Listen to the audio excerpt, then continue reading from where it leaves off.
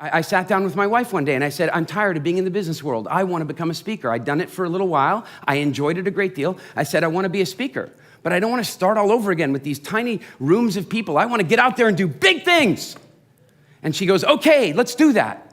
And she goes, well, what I suggest you do is you partner with people. As Janet would say, you get yourself some enlightened alliances. Go out there and find the right people. And she said, who do you want to work with? And I said, I've got the list. I started writing the list down. And what does my wife say to me about that list? She goes, you can't work with those people. I said, why not? She goes, because they're good. What? She goes, no, I'm sorry. I meant they're only good. And you are outstanding, and you don't know it. And you need to get out there. I will tell you, Janet says this to me all the time for 10 years or 5 years or whatever. A butterfly can't see its own wings? You have no idea how brilliant you are. You have no idea. So my wife says to me, do something different. She says, I want you to create a board of the people that you're like afraid to write on the board. That's what I want you to do, the incredible people. I said, all right, fine. I'm a little annoyed with her at this point because, men, don't we love being coached by our wives? So I go up on the board and I write down Tony Robbins. Ha, I say to her. Ha. She goes, good start. Fine. And I go, who else? I go, I know. The guy with this second largest seminar company in the world. I go, Harv Eker. She goes, excellent, that's a good start. And I said, okay, who else? I want to write books. What about the most successful author in the history of books? How about that? Jack Canfield, I write on the list. She goes, that's a great list. You want to go for a walk on the beach?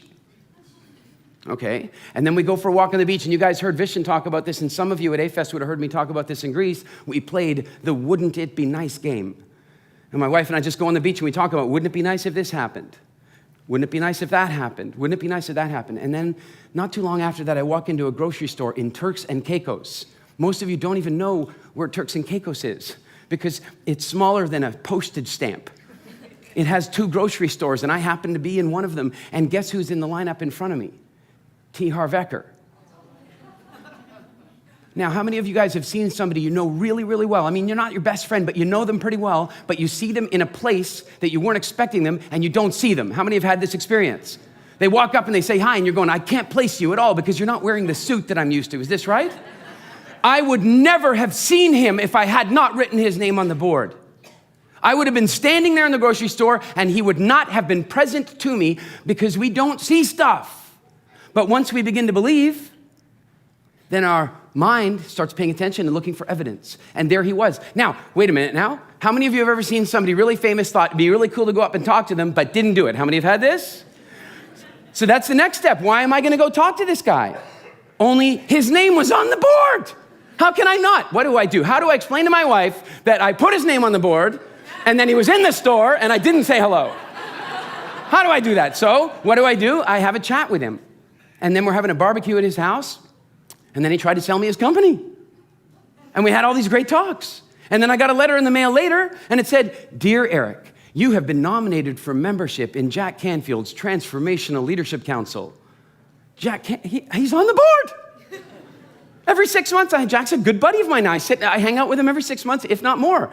And I'm like, this is getting really weird. And then some of you guys know the story. I get the phone call. Hey, Tony Robbins would love to have you come and teach business.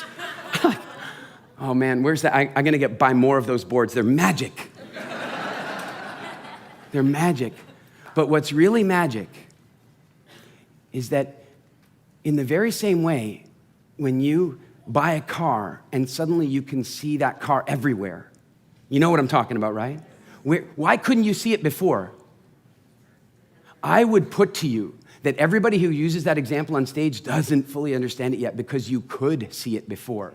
Because if you couldn't have seen it before, you would have tried to park where it was parked. So you could see it before, but you couldn't see it for what it was.